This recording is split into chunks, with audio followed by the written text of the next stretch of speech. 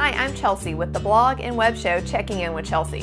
I love the look of a ladder bookshelf, but I could never find one to buy that fit my space right here, so I built my own using Poplar and Black+Decker power tools. And here's how.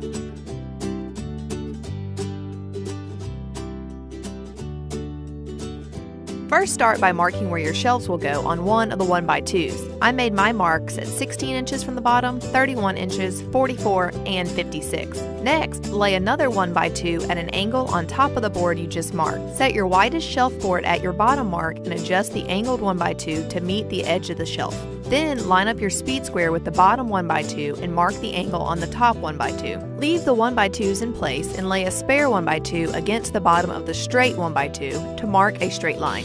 Using your Black+Decker matrix with circular saw attachment, cut the two angles you just marked. Now, butt the angled piece against the straight piece again. Use the speed square to mark a straight line at the top of both pieces. Use your circular saw again to cut the new marks. To create the other half of the bookshelf frame, cut your 1x2s on top of your spare 1x2s and trace the angles. While you're cutting what you just marked, also cut 4 18-inch pieces from another 1x2 and set those aside.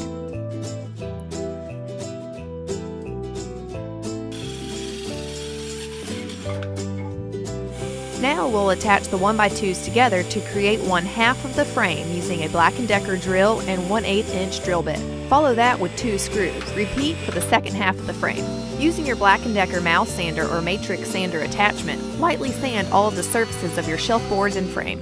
Attach one of the 18-inch 1x2s to the long edge of each shelf board using your pilot bit and 3 screws. Next, set your shelf boards on their side and lay one of your 2 frames on top, lining up the shelf with your marks from step 1. Now you'll want to use a countersink bit while attaching the frame to the shelf boards.